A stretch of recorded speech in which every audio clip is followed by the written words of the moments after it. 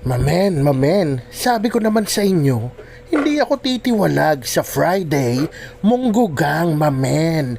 Kung hindi man munggo ang titirahin ko, mga beans naman, yung mga white beans, black beans, pinto beans, basta pang gout gang pa rin, mamen.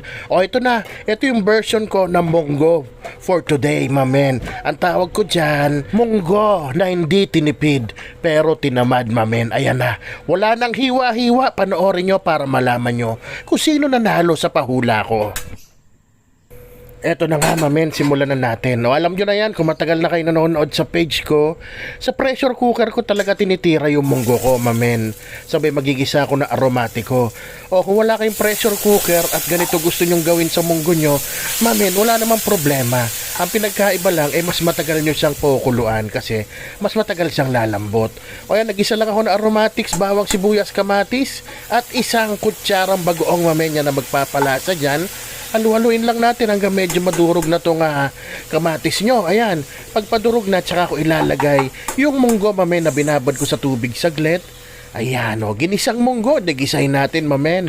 Ayan na, malapit na lumabas yung unang ingredient sa pahula ko, mamen. O, sa nanalo, congratulations, alam mo na kung sino ka, ha. May bukas pa naman sa ibang mamen ko. Basta araw-araw lang kayo sumali para mas malaki ang chance sa manalo. O, ayan, crispy pata, mamen, galing pa sa kasal yan. Ayan, sa hipag ko, salamat sa'yo, galing sa kanya yan. Yan ang giveaways niya sa mga ninong-ninang, binigyan niya rin kami mag-asawa.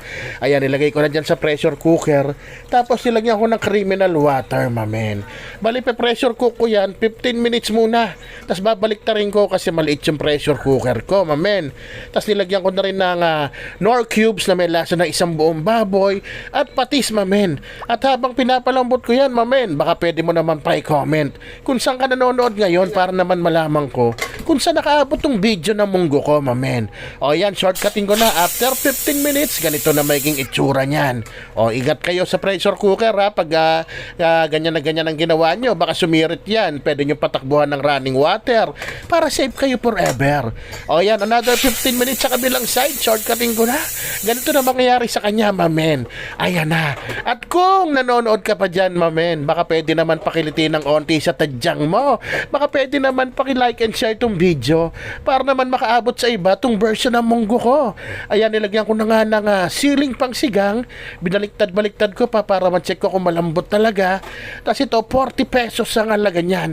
Yan dahon ng ampalaya. So yun ang sagot, mamen. Congrats sa nanalo, crispy pata at dahon ng ampalaya. O, diba? Rapsa! Man!